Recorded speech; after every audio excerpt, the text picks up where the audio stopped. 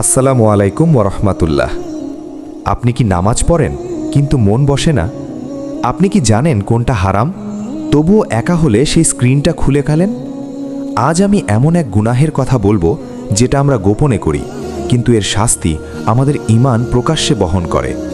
আজকের বিষয় পর্নোগ্রাফি, নীরব কিন্তু মারাত্মক ধ্বংস। একজন যুবক ছিল, নামাজ পড়ত, রোজা রাখত, সবাই তাকে ভালো মানুষ বলতো। কিন্তু রাতে ঘরের দরজা বন্ধ হলে মোবাইলের আলো জ্বলত। শুরুতে সে বলতো একটু দেখছি, এমন কিছু না। কিন্তু ধীরে ধীরে নামাজে মন বসা বন্ধ হলো, কোরআন হাতে নিলেই ভারী লাগত।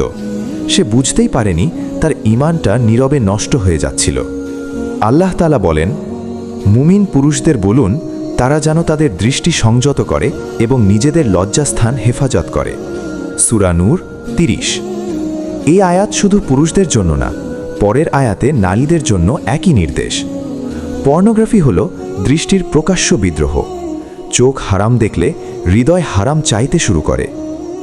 নবী সাল্লাল্লাহু আলাইহি ওয়াসাল্লাম বলেছেন, বান্দা যখন গুনাহ করে তার হৃদয়ে একটি কালো দাগ পড়ে। তিরমিজি। ভাবুন তো, প্রতিদিন যদি সেই দাগ পড়তেই থাকে তখন কি হয়? গুনাহ গুনাহ মনে হয় না, নামাজ বোঝা লাগে, হালাল কাজে আনন্দ থাকে না। এই কারণেই অনেকেই বলে, জানি একা খারাপ কিন্তু ছাড়তে পারছি না। আল্লাহ বলেন, জিনার কাছেও যেও না। সূরা বানী ইসরাইল 32। খেয়াল করুন, আল্লাহ বলেননি জিনা করো না, বলেছেন কাছেও যেও না। পর্নোগ্রাফি হলো সেই কাছাকাছি যাওয়া। শয়তান একদিনে জিনায় ফেলে না, সে শুরু করে চোখ দিয়ে। পর্নোগ্রাফি শুধু একা মানুষের সমস্যা না, এটা পরিবার ধ্বংস করে। স্বামী স্ত্রীর প্রতি আগ্রহ কমে যায়, অবাস্তব চাহিদা তৈরি হয়, সন্দেহ ও অশান্তি বাড়ে, অনেক বিয়ে ভেঙে যায়। একটি মোবাইল স্ক্রিন একটি সংসার শেষ করে দিতে পারে। ভাই ও বোনেরা, আশা হারাবেন না। আল্লাহ বলেন, হে আমার বান্দারা, তোমরা আল্লাহর রহমত থেকে নিরাশ হইও না। সূরা জুমার 53।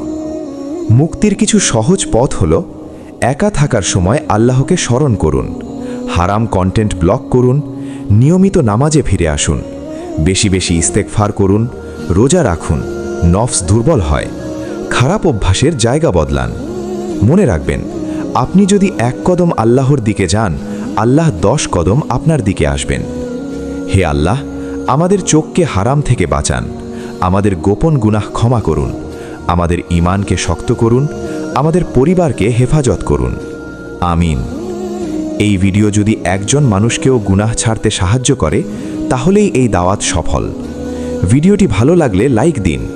এমন দাওয়াত পেতে KS রবিউল হাসান চ্যানেলটি সাবস্ক্রাইব করুন আর একজন প্রিয় মানুষের সাথে শেয়ার করুন।